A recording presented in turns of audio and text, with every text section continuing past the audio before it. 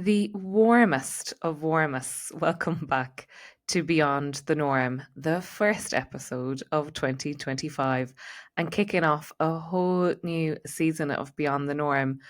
I should never start with the Irish I'm sorry because that is not who I am anymore. That is the people pleaser in me. But allow me to share in a while the story of why this podcast hasn't been on in 25 until now and why I'm back for a brighter and bigger and amazing season ahead. It has been forever and I've missed you guys. And yet it has taken me so long to sit down and be intentional. So, this episode is one that many of you messaged me about. It's who I work with every day, and it is career change in your 40s, including your 50s, including your 30s, including your 60s, and your 70s. It is the premise of it is never too late to step into more purposeful and joyous work.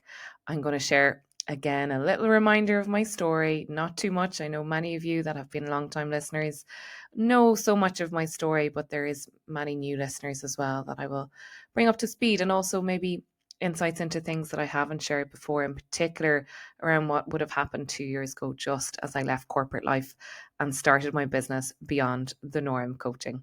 So get yourself settled in. I hope this will be a long episode, so maybe it's digested in two parts. It's a drive, it's a long walk, and I hope you get so much out of it. And yeah, take the parts of this podcast that will help you make those defining career choices that really are your calling for right now, right? This is your time. So I really hope you enjoy the episode. I'll be dying to hear what you think. And as always, please subscribe to my podcast. You can watch it on YouTube as well and watch the video on Spotify, as well as give me a follow, a like. That means the world to me as a small podcast producer with a budding and evolving new community. Just any of these likes and shares, you've no idea how much it means to us. And I know many of you are starting out in your own businesses and you know how much it means to you. So I really appreciate and I gratefully receive all those likes and follows and shares and feedback. So enjoy this episode.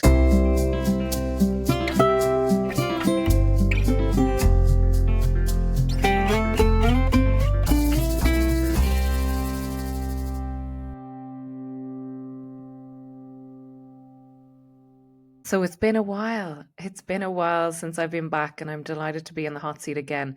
This season, I'm going to have a lot more interviews. I'm going to keep with some of the systemic insights. I know you really appreciate the systemic overview of some of the philosophies that I have learned and I work every day. And it's that idea. We'll start with the premise that you are already whole. You don't need to be fixed. You are so resourced, and sometimes our environments hold us back a little and entangle us and allow us not to feel the freedom that we really, really crave. And freedom is my number one value. And it's something, I suppose, this idea of career change at 40. It often comes from that place of freedom to wanting to be yourself more and more. And if you have found purposeful work, or you are on the precipice of stepping into something, I love working with thresholds. And we are in a time of a huge shift in this period of our life. In 2025, we are stepping into something that none of us can explain, but yet we're feeling it. Big things are happening. It feels really uncomfortable. It is unpleasant to be alive in this time. And yet, what's coexisting with it is this sparks and energy and just something exciting that is about to happen. And you know, because you're on this podcast, right? That's why you're here. You find yourself here because you're ready for something different. We're ready to rewrite a whole new story. We do not want to keep replaying old themes and old patterns that are no longer serving us. And I'll start with why I haven't been on the podcast in 2025, because I had one of those patterns appear again. And this is not to shame myself. This is a real open-hearted forgiveness, actually, for everything I've been traveling with for the last kind of 3 months or so, or just shy of 3 months. On the 30th of December, I went to get my eyes tested because I had had some blurred vision in the months just around my heart surgery. For many of those that you didn't know, I didn't share that story till December, that I had had some major heart surgery in November, something that was a long time coming and much needed surgery on a heart murmur that I found out that I've had since I was a child. But as a result, my body went into a bit of panic, I would say. I stayed awake for the surgery, which at the time felt really brave. But, there was definitely an edge of stupidity as well. Because, there's a reason why we have anesthetics. It's not to be awake for some of these things. So as a result, yeah, I discovered at the end of the year that I had very swollen optic nerves. And long story short, I have been surrounded with nothing but love and healing from both the public and private sector. I've been really, really blessed, but it meant hospital visits every week for the last 9 weeks. Really, from the moment I left Specsavers with a letter to go to A&E, it's been a bit of a roller coaster. And in simultaneous time, it has also transpired that my business has totally and utterly taken off. And it was happening towards the end of December already, which again is exciting and amazing. But there is also that fear of being self-employed and being vulnerable. And there is no fall guy in a Shay Norma O'Kelly. There is nobody else to pay the mortgage. And so much of what I've discovered, and not to divulge too much into my own health scenario, but I've been diagnosed with something quite rare. Of course I have. It's, something beyond the norm. Its classic name. And I am laughing because it's resolving and it's improving. And I'm really well.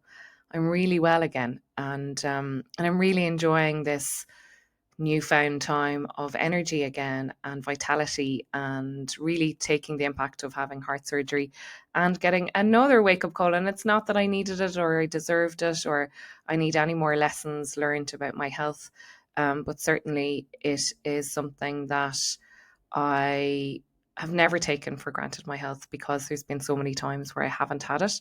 But now I'm well, I'm really well. And I've received a lot of resourcing, a lot of support, both energetically, both Western, both homeopathy, acupuncture, you name it. All my right people have showed up in my life to support these times, and rest, actually. And we're going to talk about that in a career change at 40, where rest is really critical. You don't have the energy of a 20-something-year-old. And if you're a woman, you might be going through hormonal changes as well at the same time. So we have to take these into consideration. And I think I'm so driven by this work. There's been many months in 2024 that I didn't rest enough. In particular, when the retreats took off, I was not stopping and resting enough because I'm so driven. I'm so passionate, and yet I'm recording this podcast again at nighttime. It's really, I am the owl that comes alive at nighttime. So there is something in this story that I will be really realistic on, that I'm not sugarcoating career change at 40. And I was, in fact, 45 when I started my business. It really is the care and how we talk to ourselves. So forgiving myself, forgiveness. And I have an amazing guest who will be on the next episode, when I'll be releasing after this, who talks around the power of forgiveness and forgiving ourselves that I was doing my best as I knew best then. And building in this new way of thinking and feeling is it's okay to rest. And rest is really important for me. And although even right now I'm like surfing on the crest of an energy wave, I also had a really big power nap today. And it's really, really critical to my wellness now. So yeah, I got a fright. It was a tough few weeks. And I didn't share on social because I really wanted to be out the other side of it, to share and to know that I had to go back inward. And work continued. I was never so well that I had to take to the bed, for days on end or anything. I was able to work away all the time, but I had a lot of hospital appointments, a lot of MRIs, a lot of CT scans, a lot of consultant visits. And yeah, I'm really well now. And I am sure if you're listening to this and you're concerned about me, be concerned about yourself. And I'm absolutely fine. And I love what I do. I love this work. And now it's time I'm ready to be back in the hot seat of my podcast. I am ready to be authentic and show up as my true self. I'm not anyone else. I'm uniquely me. And to say about you, you are the same. When it comes to a career change at 40 and 50 and 60, it needs to be right for you. Everything needs to be right for you and your family and those that depend on you. That carving out this idea of this, perfect or ideal scenario doesn't exist, right? So it's got to be right now for you and at this very specific time. So, why is this topic, really, really critical? We are in a time of huge change and I've been experiencing it, and maybe I'm marginally ahead of you on the journey, or maybe you are ahead of me. I work with so many people who have been in business like, even 20 plus years on their own as solo entrepreneurs. I really, really admire them, and who are coming to me now for even marketing mentorship. But I'm not ahead of them. I'm not behind them. We're all on this path and we're all going through something right now. I think if you are not feeling this, shift and change right now, I can't even say you're lucky, because it's there, in the air, that the change is really, really, really obvious, the discomfort of it all. So I'm going to take you through in this first kind of chapter, this idea of my story and when I took the leap, because I probably haven't been very specific around kind of what happened in the weeks and months that preceded my actual change. My big change, of course, really, really stems from, even if I go back to 28, at the age of 28, when I was first diagnosed with endometriosis, that for me, and I've shared it on other podcasts, has been, that was a real true catalyst for change and wellness and this desire for strength and wellness. And again, it's my pattern, right? So my mind is really willing, but my heart and my gut body and my womb body wasn't always able to keep up. So I've had to work on balance throughout my life. So definitely the fundamental part of being ill for so long was a huge catalyst for me, knowing that the environments I was in weren't always serving me. And yet, regardless of the environment, how I talk to myself will always be there. So I always have to watch that one too.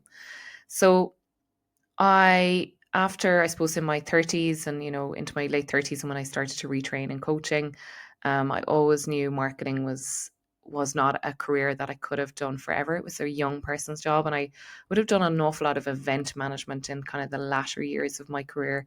And that is late nights, long hours. And although I'm not a mother, I have a desire for a bit more balance in my life, and it just was no longer sustainable. And I saw, I younger people in my team. I was by far the older and the elder in the team.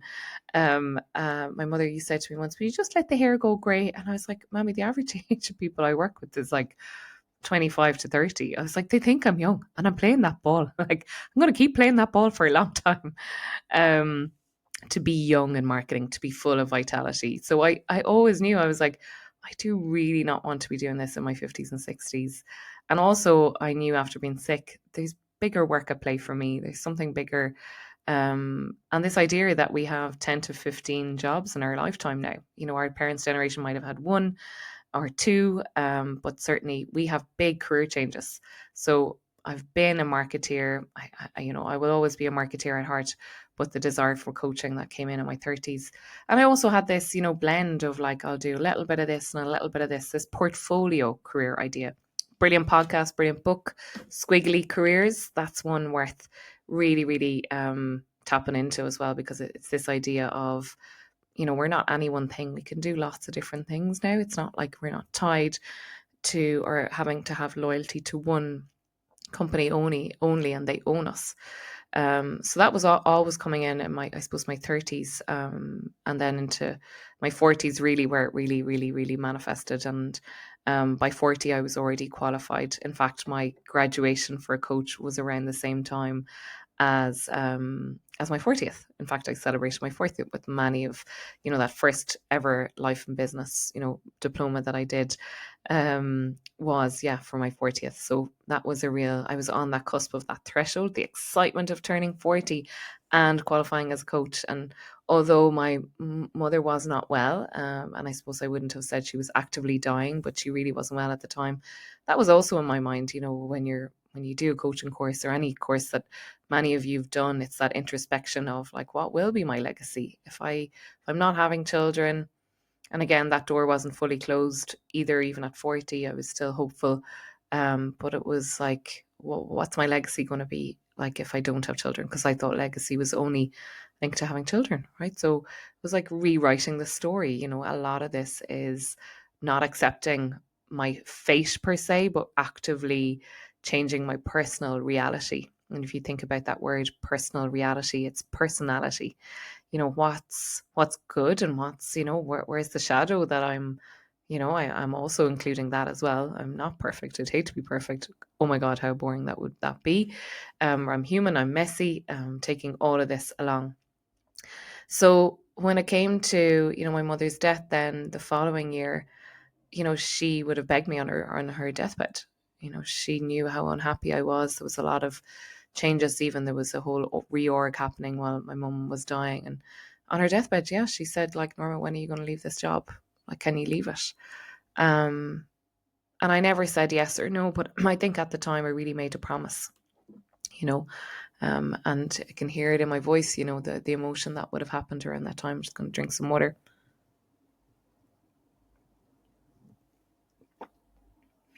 That yeah, it was really like when you make a promise to somebody on a deathbed. And it wasn't for her, it was for me. Like, she knew that there was something coming. She knew how much I loved the coaching. She's often said, because I used to be coaching internally at the same time, and I was like, you've no idea how many people I've coached now have left the company. She's like, what if they find out that you are the link to all these people leaving? And I was like, look, they just found who they were, and the environment didn't serve them. So they had to move on. She was like, you're going to get me found out. You know, the fear of that generation of like, you're bold and you're going to be found out. So she knew that I'd found something. So, yeah. And, you know, I'd taken some time off after she died. And I suppose the years that came after that, and we moved straight into COVID, and, you know, a decision just before COVID that I wouldn't become a mother, despite, you know, having invested or just about to have invested in IVF and not going ahead with it. And then mourning some of that going into COVID alone. And there was something in those COVID years that really, really supported me, because it allowed me to know I was also fearful of working on my own, being really lonely, you know, because again, I live alone. I was like, could I really not have colleagues in the day? Like, I'll miss people. And I had a huge team at that time as well. You know, I managed a really big team and so much support, you know, people doing stuff for me who were amazing, that I was like, they're better than me at this. You know, I became so reliant on that. And COVID taught me that I was well able to be on my own. And although it wasn't ideal, that if I got out and met people, that in fact that already resourced me, that I was already feeling good in myself, but I could work from home. Like, I didn't need to go to an office. You know, so it really kind of shifted and reframed the opportunities that, God, if I can do this corporate job from home, I could do my own business at home. Like, I wouldn't need, and everything moved online. All my coaching clients that I would have had, both as an internal coach, but also I was starting to coach on the side. Like, it was all online, and I had international clients. I had people in Australia, I had people in America, and like, they were getting the results as well. So I was like, God, this could actually work. Like, I could have an online business, you know? So like, I really am grateful for COVID for that. Kind of reframed that the art of the possible started coming in. And then I'm sure, you know, fast forwarding to 2022, and 2021 in particular, where I got sick again and my endometriosis reared its head again, the pattern that reemerged again of my body kind of saying, mm-mm. And really on my recovery bed post hysterectomy, that was that real start of like, oh my God, like, I'm not going back to that job. You know, even when the surgeon told me I had to have a hysterectomy a few months before it was booked in, I cried. And I didn't cry because I had to have a hysterectomy. I cried because I had to do another 12 months in a job that I was really unhappy in. And it was nothing on the company, it was on me. I just had grown out of that job. I'd grown out of being a marketeer. I'd grown out of creating like large volume lead flow. You know, it was just over, you know. So I, yeah, heading into the hysterectomy, I knew I was like, I'm making a vow, you know, that whatever I do next, that is deeply purposeful work, and I have to listen to my heart. So yeah, and they were dark months, and I've shared that before, of recovery, really dark months where I really was quite unwell, because I went into sudden menopause and I already was quite sick going into the surgery. So yeah, lying on that couch that is behind me, for those that are watching the video, that was like turned into a bed. And it was that couch that's right behind me that both my mother and my godmother gave me money towards when I bought this apartment. I made a vow. I was like, if I come back from this, I'm doing something I absolutely joyously love, and that will give me energy, will give me vitality, and will in turn earn money and be, a source of income and joy for me. Because, ultimately, the practicalities of this, I still have a mortgage, I still have commitments. I still am a daughter and auntie who loves to buy presents. I like the finer things in life. I love to go on holidays. I love learning. I need an income. It's like I'm not so dreaming out of the reality that, joyous work will need to bring in a substantial income. But how could I make this work? So, coming to, the real decision. So I went back after the hysterectomy, after I'd taken a good 6 months for recovery. I went back. I found myself in a lot of deep meditation with Joe Dispenza, which really, really helped me. It helped give me energy and vitality again after the surgery. And I started to dream. I started to dream up possibilities. Um, and his manifestation is a little bit different than what we're seeing on social media. And that is about feeling the feeling now, not putting it out there, not putting it away from us, not putting these goals too far away from us, but actually embodying the feeling of what it will be like to have it now, to have whatever you want now. Think of that one thing you want now, embody that feeling now, not waiting it for tomorrow, not saying I'll start tomorrow or I'll do it then. It's like, can you feel joy in this moment and feel yourself doing the work right now? So when I went back to corporate, it was like, I'm a coach. I'm not a marketeer. I'm a coach. I'm going to be a coach. At every opportunity, if I'm asked about myself and what I do, I'm an internal coach. I'm a team coach. And that's what I do. That is who I am. And I did. I went on like I would be on marketing calls and introduce myself as a coach. And all my headline copies on LinkedIn, it was coach. It was like the marketing was just secondary.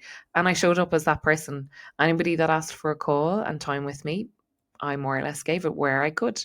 And the work still got done. The work still got done, but was it bringing me joy? Absolutely not. And I think back, and I dedicate this podcast in honor of, three beautiful souls that died March and April 2023, 2 years ago. And this is March 2025. And it is my dear former colleagues, Lorna Begg, Janet Harvey, John Connolly, and my cousin. And there was three tragic deaths that happened 1 week after the next.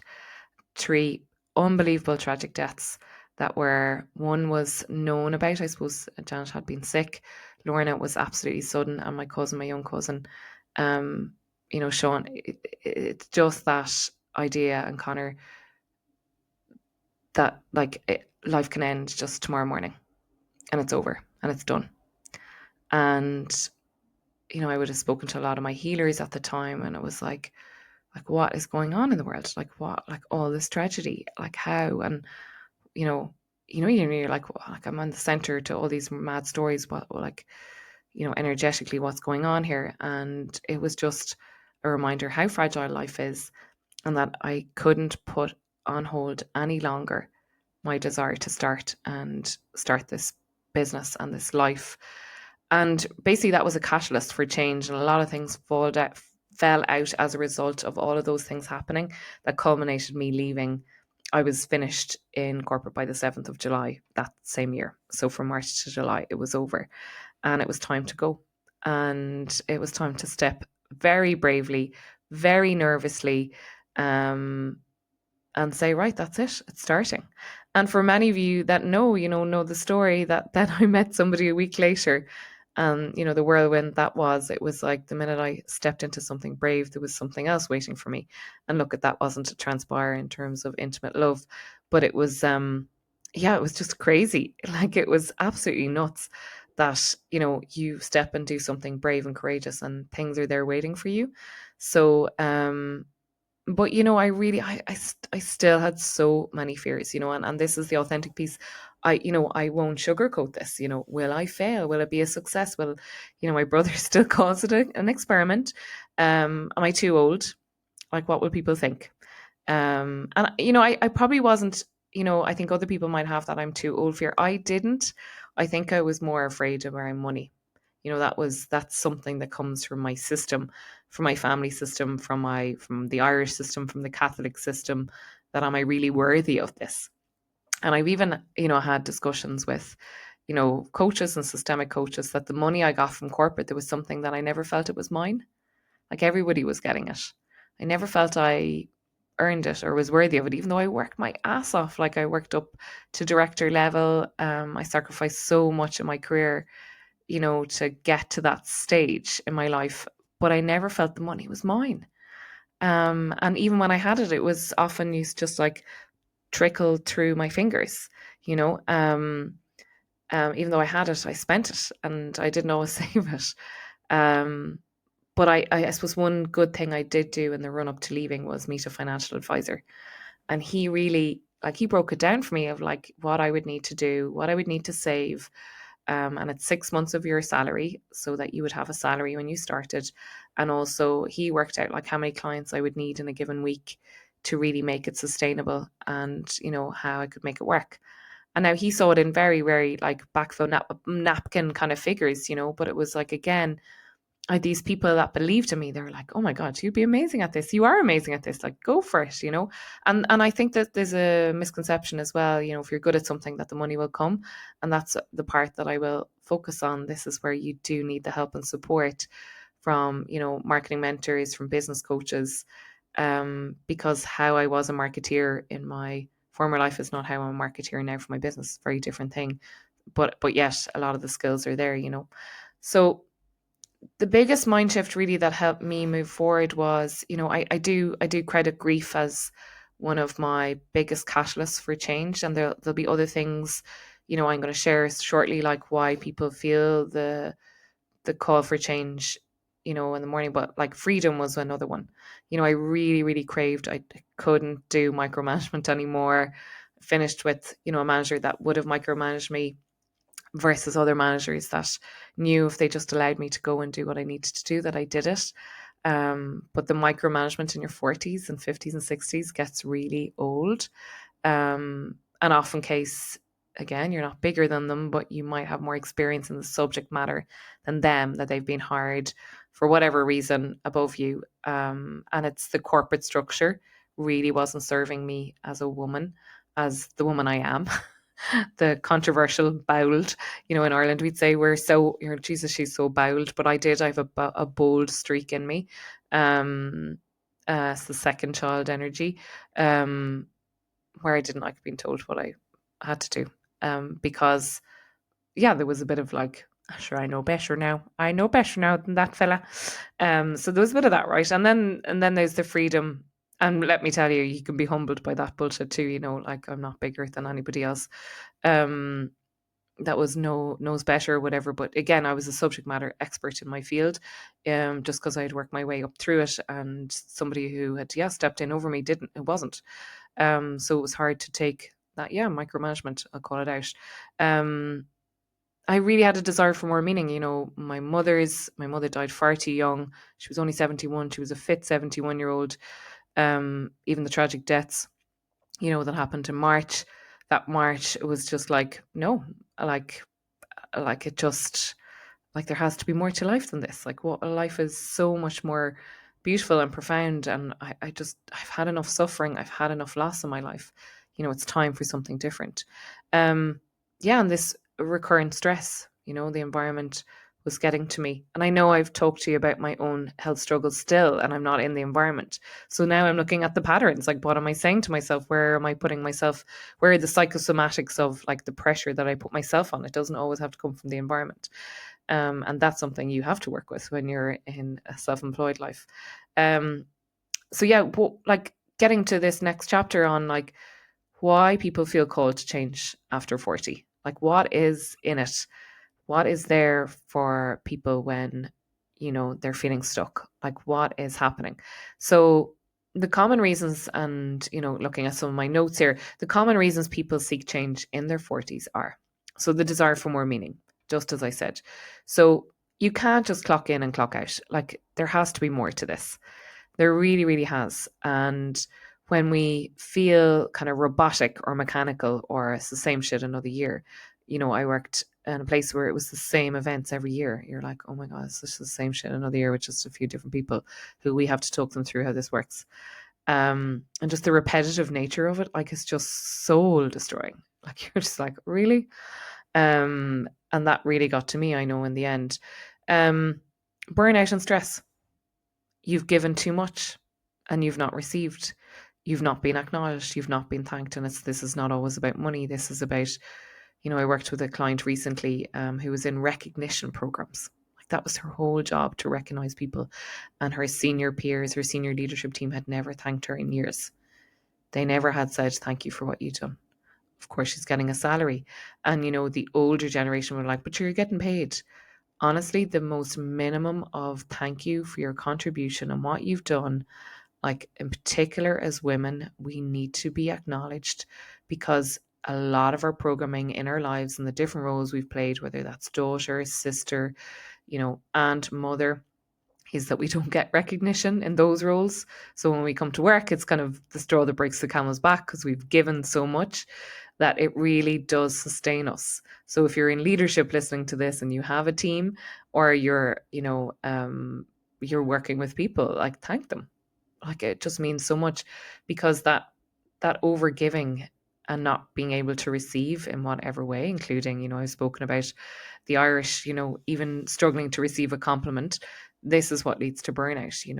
It's a balance of exchange, and I've spoken about it in many of the podcasts before, that over giving. That work-life balance, and I really, that's obviously the technical term for it. I call it work-life integration, which is hard when you're self-employed in these first few years, I won't lie. But in corporate life, you really start putting work in its place. That your work isn't everything, and to be defined by your work. And I see that with redundancies. I see that with a lot of my male clients, who they are. I am a CEO, as opposed to I'm in the role of CEO. Um, and even I have to say it about my own work as well. I'm in the role of systemic coach, but am I a systemic coach? Have I blurred the lines between who I am and what I do? And that's what happens, in Ireland. One of the first questions when you meet somebody is, what do you do? What do you work at? As opposed to, who are you? Who are you in life? So we blur the lines a lot, because productivity and what we work on is defined by what we do. So, but when that balance is, yeah, totally shifted, and equally the balance the other way, where our life roles become too big, where we see that at the change again in the 40s and 50s and 60s now, even as the older we are, being mothers, that who am I when the children leave home? The empty nest syndrome. So who we are versus who, what we do. And really getting to the crux of the soul work for me is like, who are you? Strip all of this work away. Strip it all. Like, who are you at your very essence? So the one, and it's the one I speak most often about, it's the big life changes. So divorce, huge catalyst for change. I see it in my whole thing. Buying a house. I would have a lot of clients that they've just bought, or they're just buying a house, and then they're like, I've got the mortgage now and I can't do this job for another second. I need something big. Illness. I am example exhibit A on this one. Being sick, because you have time to reflect. Grief, and grief in all its forms, not just the loss of, you know, parents or siblings or any of that. It's all the other griefs as well. It's like, for me, oh my God, the loss of my puppy, that I shared with my brother Ali, like, such a big thing as well. That also happened actually around the same time as Janet and Lorna, my cousin, dying. That, like, honestly, it was, yeah, like, those things, any form of grief, is a real trigger for change. Becoming a parent, right? All these things are just shifting that perspective. Um, But one of the things why people really feel the call to change, and again, we can't sugarcoat this, is the financial considerations. You know, we want to be more than just in survival mode. We want to have something more, like it's this idea of, can we thrive? Can we be in a work that would allow us to thrive, that make room for that thriving people? I had a client last week and it was lovely, and she had on a post-it like, peace is the new luxury. And we sat with that for a while, because I said, okay, peace is a lovely luxury, but can we frame the question about you, like, or the sentence is like, I can create my own peace. I am at peace when I breathe.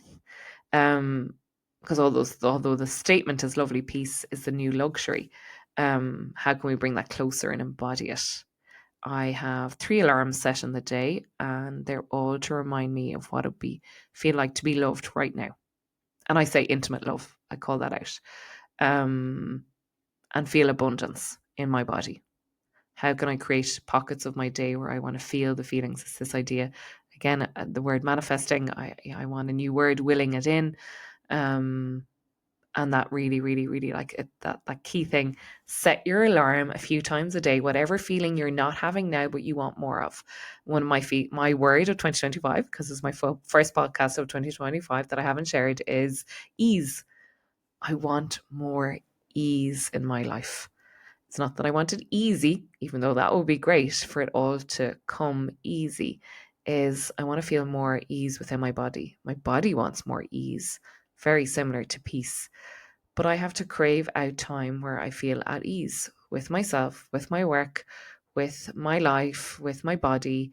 And it really is those 9 weeks that I've been sitting in long waiting rooms. Like, I had a lot of time, and how could I feel at ease even in those environments? Hospital settings environmentally are really tough. I spent a substantial amount of time in MRI machines, which is very constricted. And I really had to, my breath has been, I'm back to nearly daily breathwork practice. And I had omitted that. I was doing mini breathwork practices. Now I'm much longer, much more substantial. I'm back doing my Joe Dispenza meditations, and it's creating a life of more ease. So it's that idea of, being in survival mode is just not sustainable. It catches up on us, and it's that book, The Body Knows the Score. So moving into, I suppose, a statistic that will sit with you all: 12% of people aged 40 to 44 are actively changing their careers.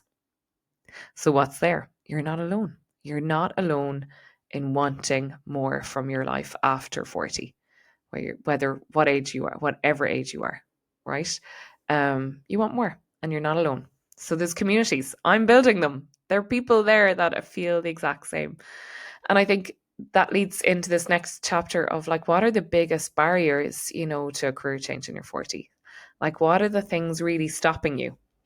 And some of them are systemic, because they're environmental, and they're from our families, that familiar feeling. Remember, familiar from the family. So, yeah, what's going on? So, other people's expectations are often stopping us. This was my one. This was my father, my brother, aunties, cousins, even very close friends, of like, what does society think you should do? I came from to a parents of two PAYE workers, so who weren't entrepreneurs, who stepping out of those bounds of being self-employed was really uncomfortable. Now, my mum's family and my father's family were deeply entrepreneurial. You've heard me talk about my grandfather, my mum's side, and my grandfather on my dad's side had their own businesses. But when it came to, we all know what went on in the 70s and 80s, when, times were shitty, including into the early 90s of high interest rates. Having a guaranteed income was everything. So I'm breaking all the rules of belonging in my family to be self-employed. I'm one of the few. I have cousins that are. I have 70 first cousins. Is that my fun fact that you might know? I have 70. I have 70 first cousins. What percentage of them are self-employed? I'd probably say less than 10% out of 70 people. So I'm breaking some rules of belonging by being not the same. But is that anything new? Nope, I've always been different.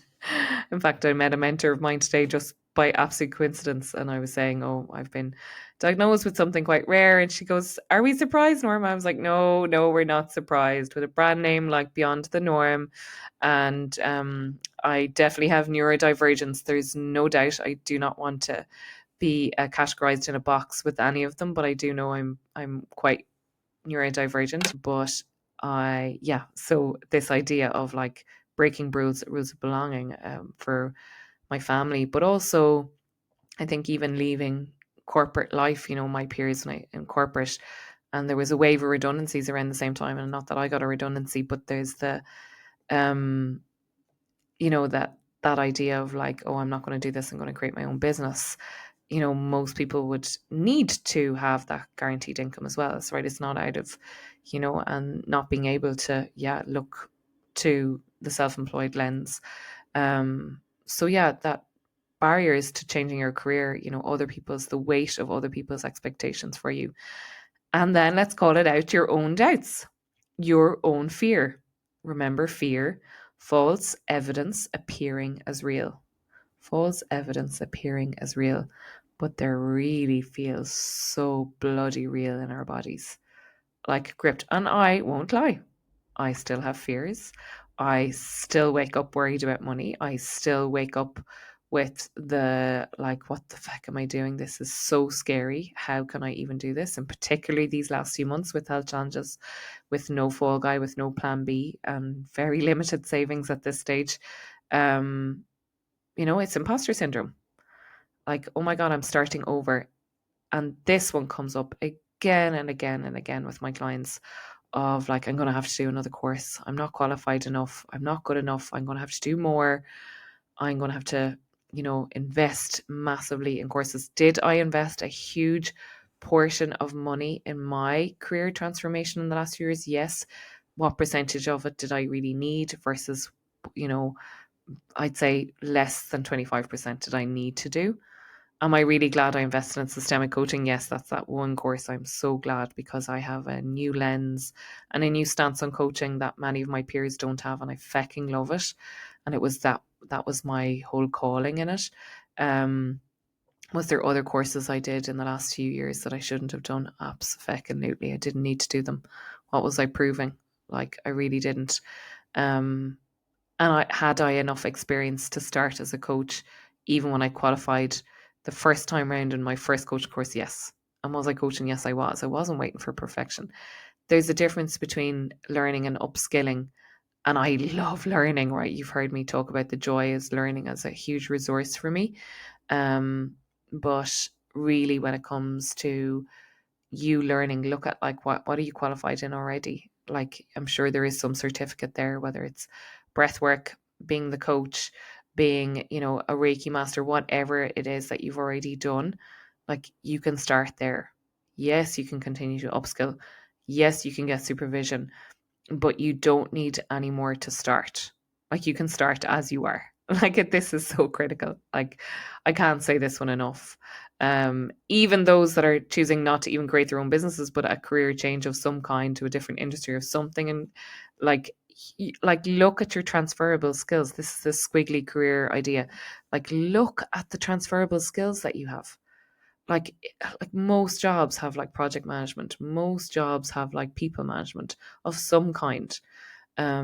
So like, you're dealing with humans so often in a work context, whether it's corporate, whether it's a small business.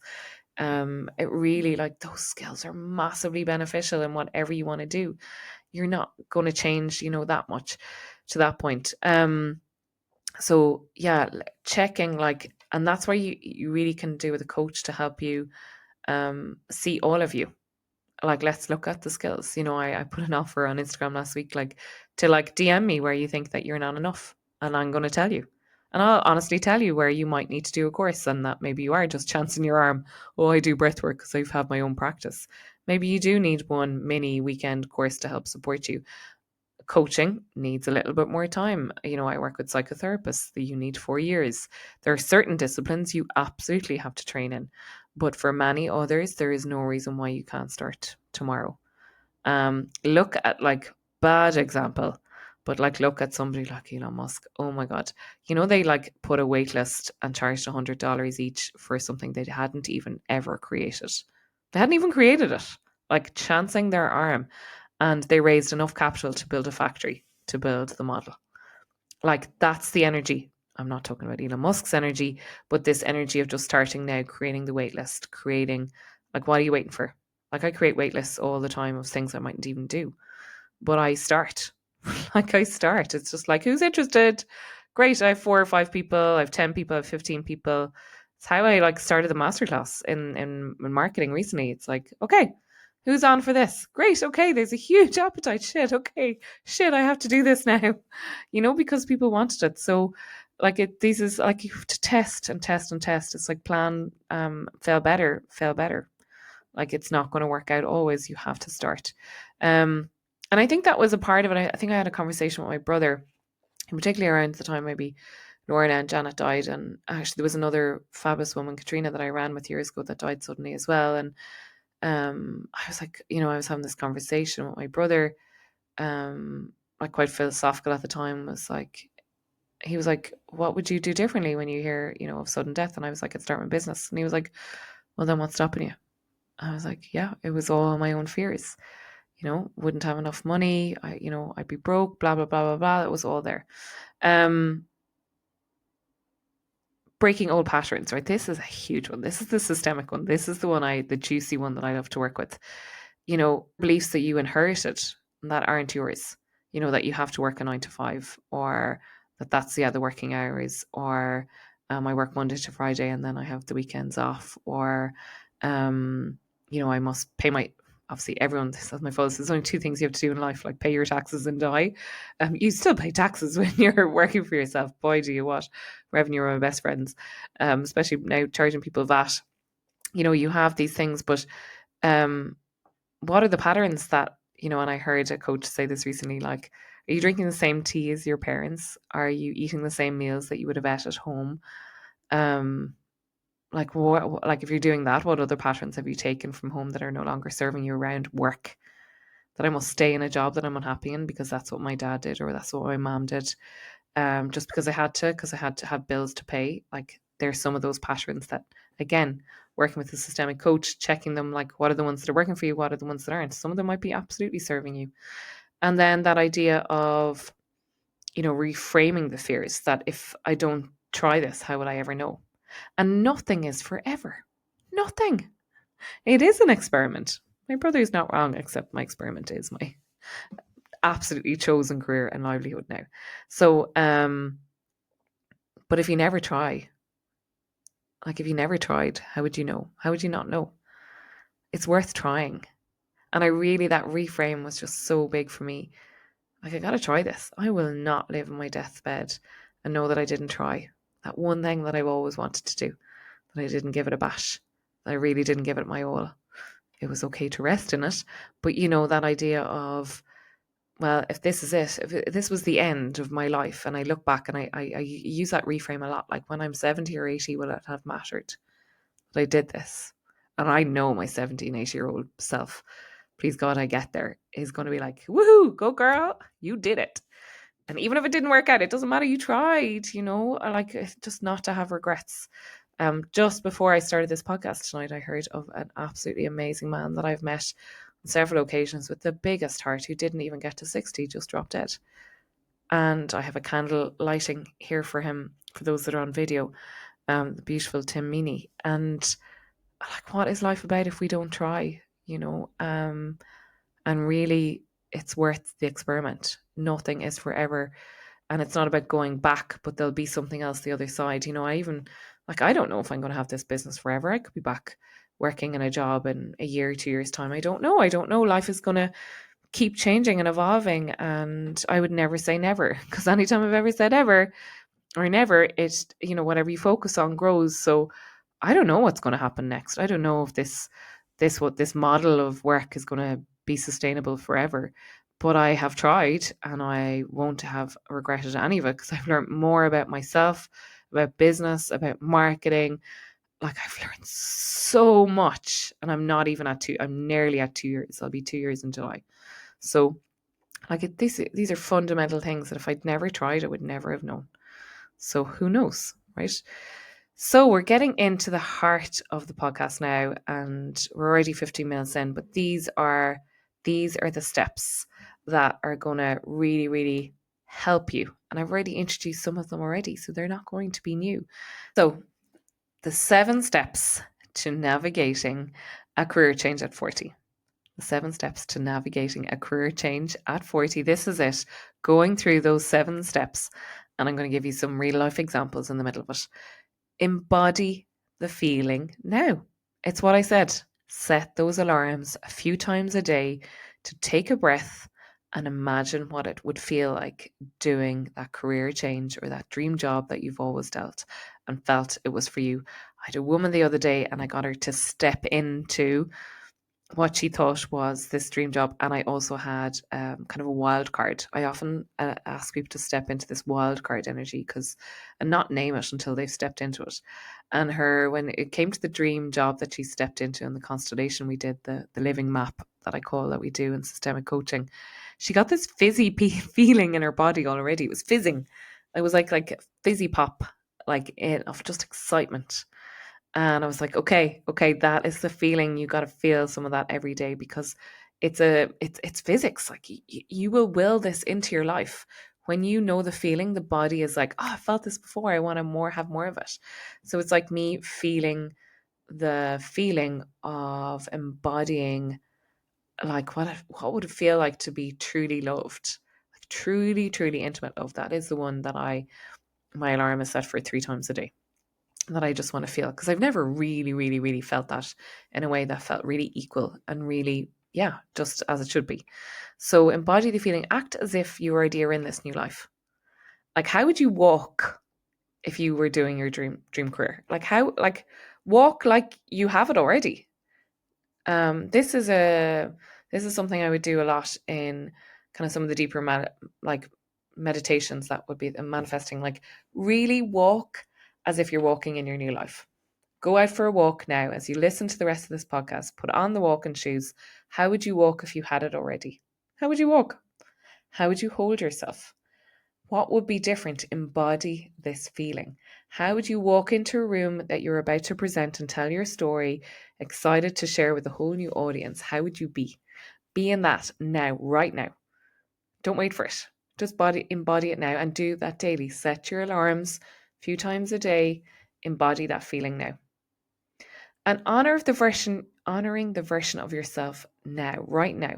So you've changed. Like, you're in a whole new decade. If you're into or heading into your 40s, you're in a whole new decade. You're not who you were in your 20s and your 30s. You get to honor that version of him or her now. Like, it is a nod to honoring that version of you. Like, truly that version of you that, really, really saw that there was hope and light, and you don't dismiss them. You absolutely send them love and compassion and forgiveness, that they were always only doing their best. But now you're ready for something different. That's it. That's it. On to the 3rd step to navigating your career change. Expect to be taken seriously. This isn't a joke. This is serious business. This is you really following your destiny and your desire for change and wanting to maybe help others, or what I talk about, in a healthier systemic lens. This is like how you're going to be useful to others. So you're not starting from scratch. Like, you're not fresh out of college. You've lived lots of different things in your life. You could be a consultant in your subject matter expertise. Like, you're in your 40s. You have substantial career experience behind you. I was 22 years in corporate by the time I left. 22 years? Like, how did that happen? But I had lived so much. I'd been through redundancies. I'd been through death of colleagues. I lived through like big organizational change. I moved industries. Like, I worked for several industries. I'd done both sales and marketing in those 22 years. I would expect to be taken seriously. If I and when I do talks in big systemic, big companies now, and I walk in the door and I am taken seriously because I know what it feels like to be the people in front of me, and they can relate to me then. Like I know what it's like to be them. There is something in that to be taken seriously. And you have been in workplaces, whether that's public, private, you know what it's like to be them. So when you walk in there into those spaces, expect to be taken seriously. I think that's really, really, really important. Fundamentally, know that you are not starting from scratch. You have amazing experience.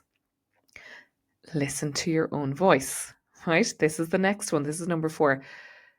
Shut the noise down and make it the sounds and words of what you want. It's kind of like that first point, embodying the feeling. This is similar. It's like, what are you saying to yourself? What is that voice telling you? You can do this, right? When we map this, constellate this new version of you in a living map in a constellation I do with clients, most of the time their family or a representative for a family or a friend or a loved one or even a pet will say, "You've got this." That's also your voice. There's a part of you that knows you've got this. You can do this. And you got to listen to that voice. This is possible. It's not impossible. The words is I'm possible. It's possible, right? So it's about using those words, like they vibrate differently when you put them out there. So important. And then finding the support. Number 5, find the support. When I started out, it was like, sure, I was a marketeer, I was in sales, I get branding, I'm going to do my own website now, I'm going to get now logo thrown up. And those first few months off, I started, and because I'd already begun coaching, some of the clients came back. I had a few more clients, and it all tipped away quite nicely for those first few months until it didn't.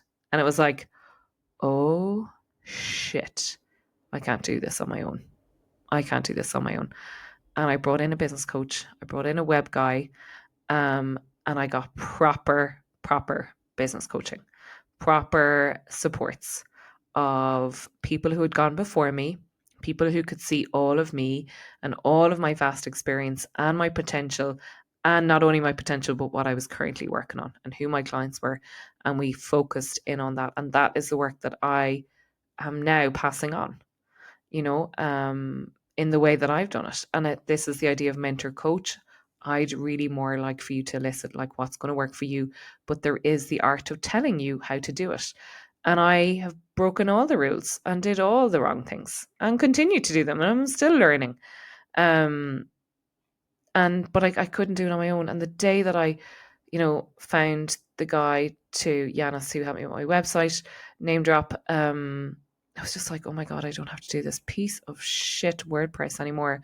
I just can't figure out. That is, I'm wasting so much time. I'm wasting so much time trying to figure things out that I could just give to an expert. And also like being caught in the fear loop when I didn't have a business coach, where all I could see was limitations and blocks of like, oh my God, how am I going to make money? How am I going to get some business here? So that really, really, really was a huge change. And also I think that other point, and I've talked about Eva, the Visible Business, her community as well. Like as the time has gone on, I've been going to her stuff from when I started to see my own growth and being like becoming like the mentor to other businesses that were starting was like, oh wow, you know, and other coaches that would have subsequently left corporate that now come to me for business advice or marketing mentorship. You're like, wow, I've already like even in these nearly 2 years like how much I've grown, and I can now share with other people. So finding a community. Name drop, I have started a Telegram community. It's a one-way street. It's just updates from me, so you don't need to react, but it's things I'm sharing on Telegram that I'm not sharing on social, and it's to start more of a community-based approach. And for now, there is no pressure for you to partake. It's not like WhatsApp where it's bombarded. It's like once, twice a week max. But it is a Telegram channel that I'm opening up, and it's called the Beyond the Norm community. And please drop me a DM. I'd love to have you part of it, wherever you are in the world listening to this. And yeah, it's like building community, building peers, and for you to do the exact same is really important. The next one is the one that you're not expecting me to share, but it is the most critical part of having a career change at 40. And that is the idea of rest is a strategy. Like it is. And the more I rest, it is my fuel to create more energy, to create more business, to create really, really the more substantial part of what I do.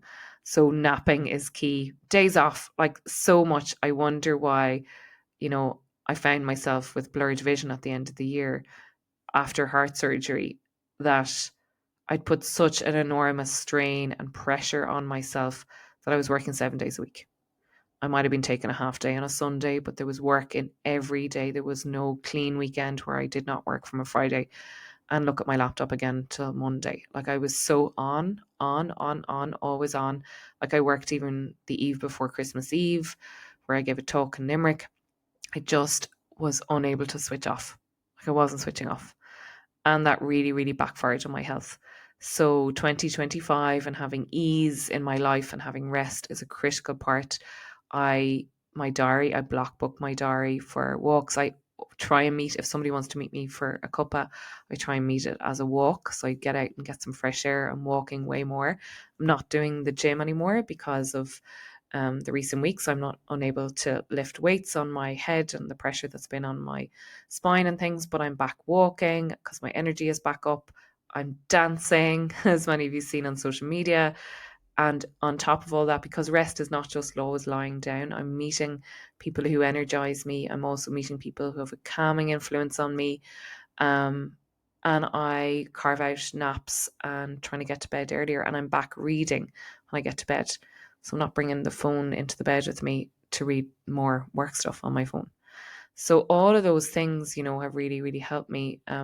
But when you're making a pivotal change, when I left corporate initially, those first few months, I slept.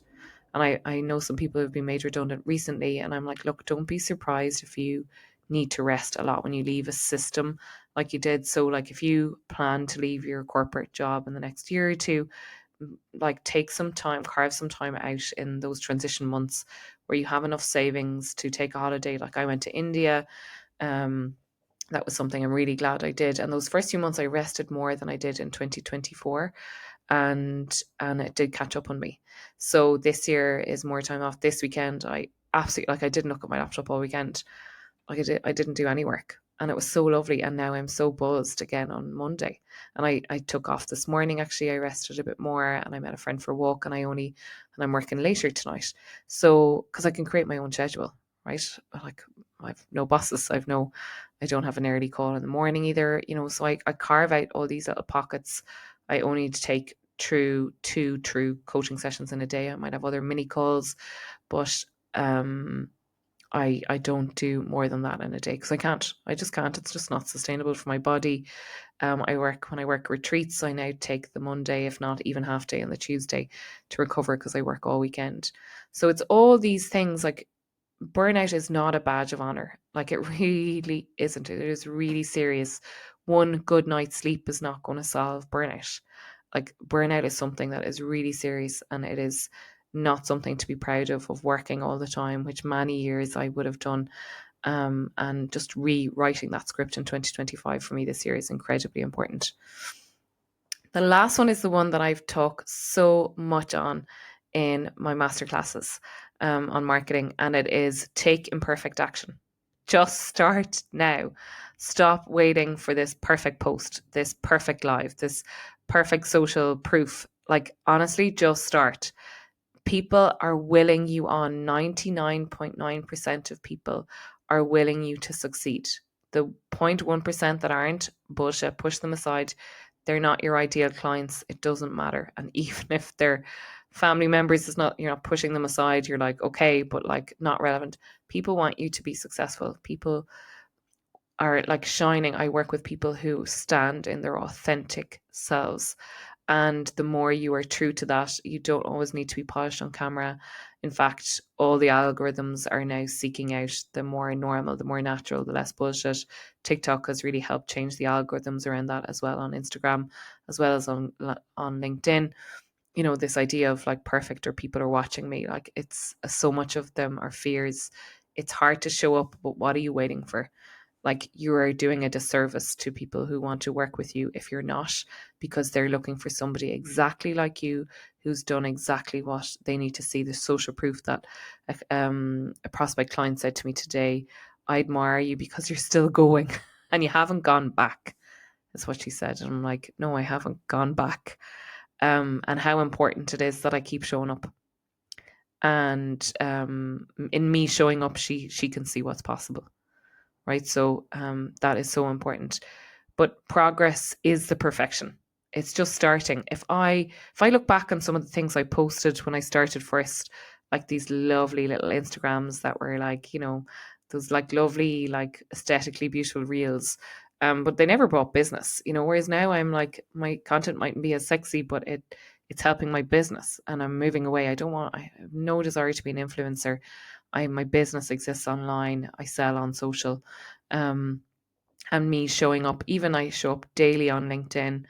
There's lots, often case spelling mistakes, even sometimes with the support of ChatGPT, because I add in powerful, normalized, you know, my own anecdotes. But people enjoy the content, right? And they are then reaching out to me and I am getting work as a result of that. But if I didn't say, oh, I don't, you know, it doesn't mean a lot to me to be brave or be courageous or and just show up, that has, you know, it has really, really just helped me just to show up and take imperfect action. And the great thing about most online things is you can change it. Even when I spell something wrong on my website, I can go in and change it. If I, you know, have a caption that looks awful, I can change it. Somebody said on my masterclass recently, she got up in the middle of the night and deleted a Facebook post because it wasn't sitting with her. And I'd often encourage you not to delete them, because you see the progress then over a period of time, and also you can compare, and there'll be something in that people don't even notice, and if they do, really, that's on them. That is not you. Like, fuck it. People point out spellings. Somebody told me today, maybe we should meet at the library because your spelling is so bad. You have a bit to learn. And I was like, shut up. Like, that's on you. I don't give a shit. You know, like, I'm not perfect. I have neurodivergence. It just doesn't matter. Because the energy and the intention is powerful behind it, you know. So I'll quickly run through them all again. The 7 steps to navigating a career in your 40s and beyond is: embody the feeling, honor this version of yourself, you know, the former versions of yourself and what you're striving for. Expect to be taken seriously. I think that was a huge one. You aren't starting from scratch anymore. Listen to your own voice. Listen to that voice that is telling you, you got this, you can do this. Find support, find community, find peers, find business coaches, find people that can help support you. Rest is a strategy. You have to build in rest time. You cannot work 7 days a week. I am living evidence of that. Take imperfect action. Just start. Just feckin' start. Come on now. Just feckin' start. You don't have to wait. And if you're staying in corporate life and you want to do a side hustle, start today. It doesn't have to be perfect. It could be one client the first month. It will build. They will come. By you not showing up, they don't even know it exists. My final chapter in this podcast, as we come in over the hour, is your final piece of encouragement. So, what are the next steps? Right now, you are on the edge of something. You are on a threshold. Something, if it hasn't already begun, maybe you have the business already and you're looking to change it up. I'm speaking to a woman today, more consistent income, more predictable income, more being able to plan. She's ready for something different. So we're all on the threshold of something really big right now in this period of time in 2025, whether you listen to this podcast in March, April, May, June, July, right through to the end of the year 2025 and 2026. These are transition years. These are years of huge threshold, huge changes. You are on the precipice of something new, and how you embody the thrill and the excitement of that is really important. It is super important. Transformation and transitions are possible. You know, all of what you've done right up until now or beyond will absolutely stand to you. It's a huge part of your portfolio. It is a huge part of your story, and it is more than a foundation.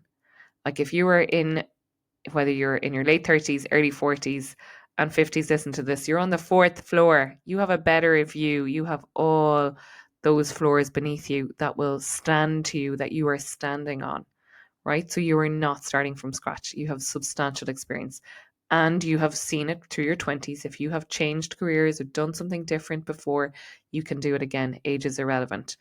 I'm leaving you this, and I know there's another coach I know out there in the world, and he says, I will leave this at your feet. So I will leave this in your feet. If all of what I've said has resonated with you, what is your one step to better now? What are you doing next? What is the next action you can do that will prove to your body and your soul and your purpose that what you want to do is meaningful? Are you going to tell somebody else? Maybe you're going to tell somebody else you listen to this podcast and it has inspired you to do something different. Maybe you are going to, share your secret longing with somebody.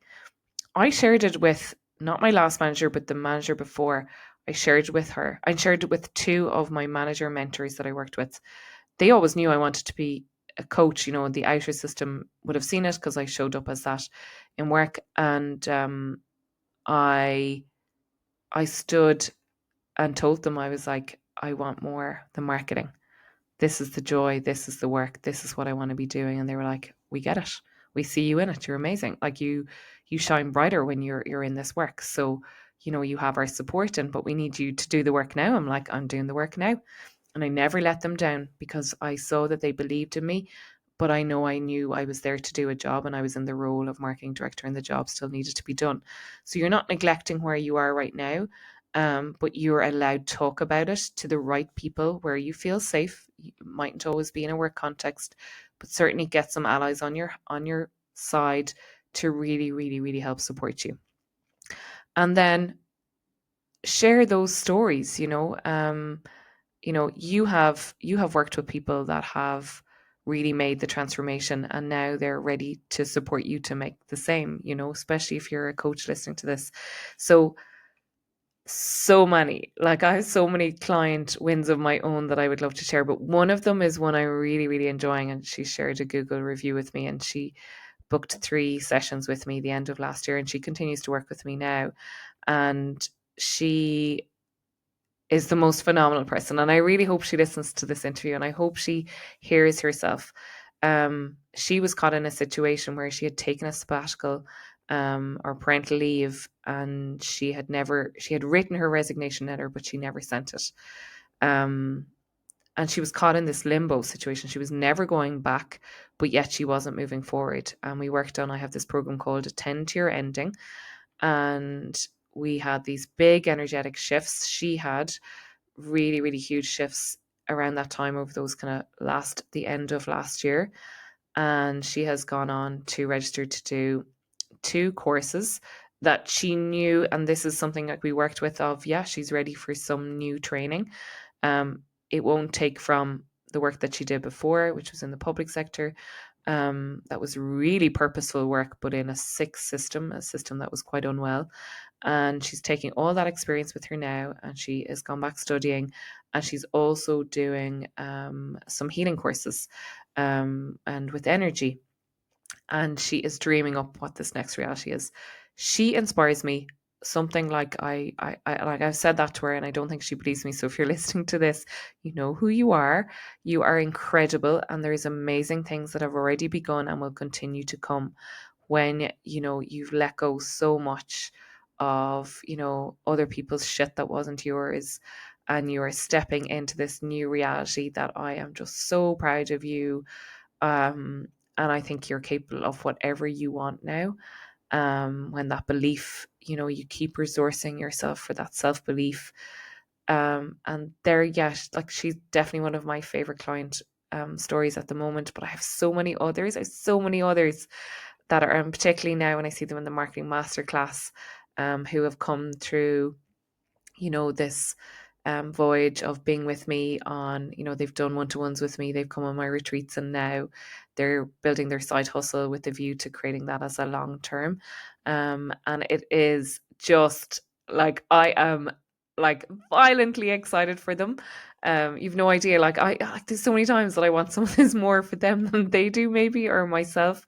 But yeah, like, I love and respect the people that come to me that are going to stay in corporate, but they're changing to a different industry where there might be more ethics or more values or more value driven businesses, or people who move from, like corporate structures into charities. Again, that's a really tough transition, but again, how do they resource themselves? I love those stories as well.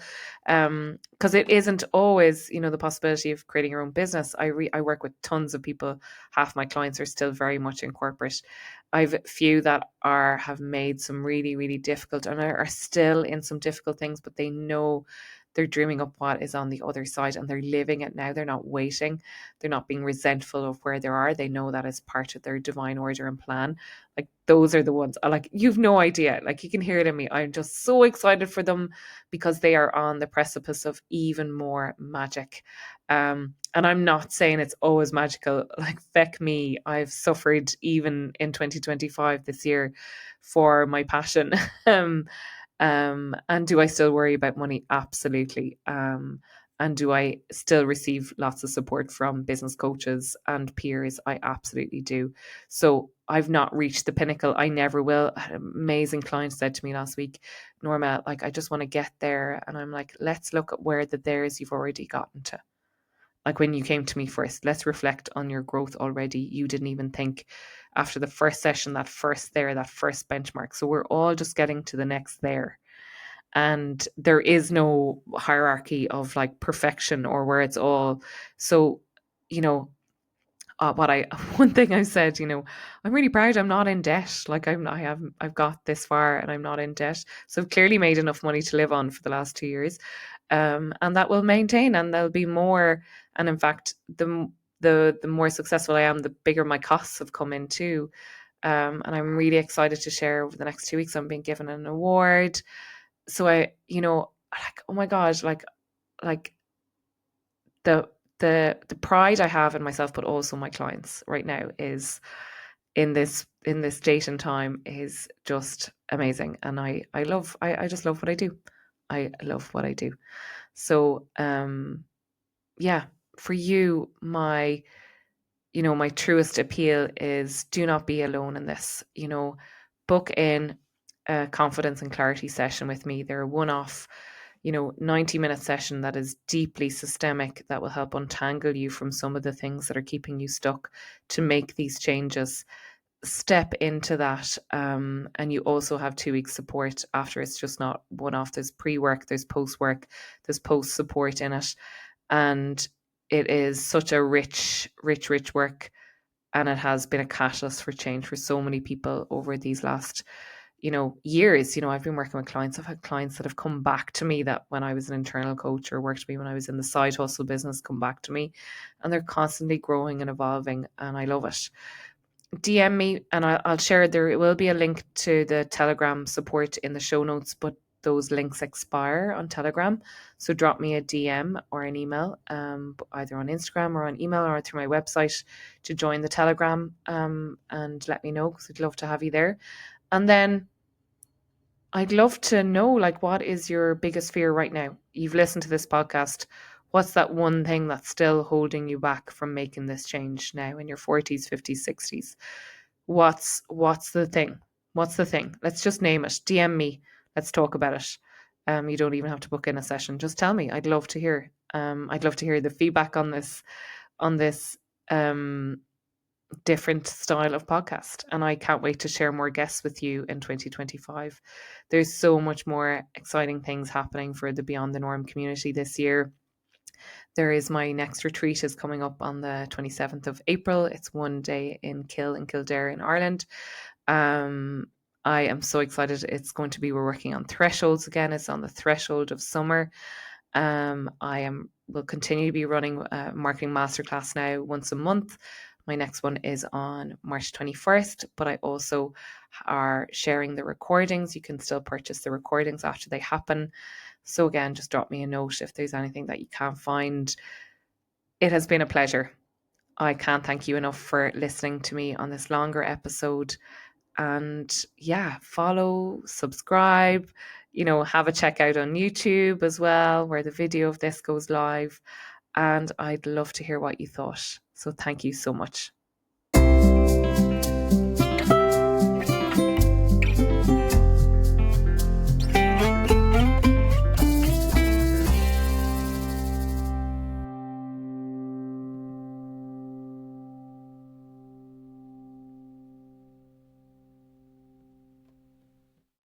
That has been the first episode of the 2025 Beyond the Norm podcast. And I can't thank you enough for listening.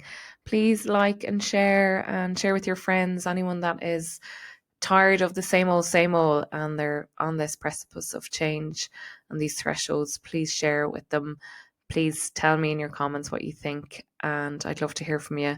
And I appreciate you so much. And my intention for you, having listened to this podcast, is that it is a catalyst for change for you and a resource that you can listen to again and again. There is also a blog on this very, very topic on my blog post on normaokelly.com. Give me a follow if you aren't already. Norma O'Kelly, Systemic Coach on Instagram, Norma O'Kelly on LinkedIn. Thank you so, so much. You're an absolute pack of feckin' legends, and I love you all, and chat very, very soon.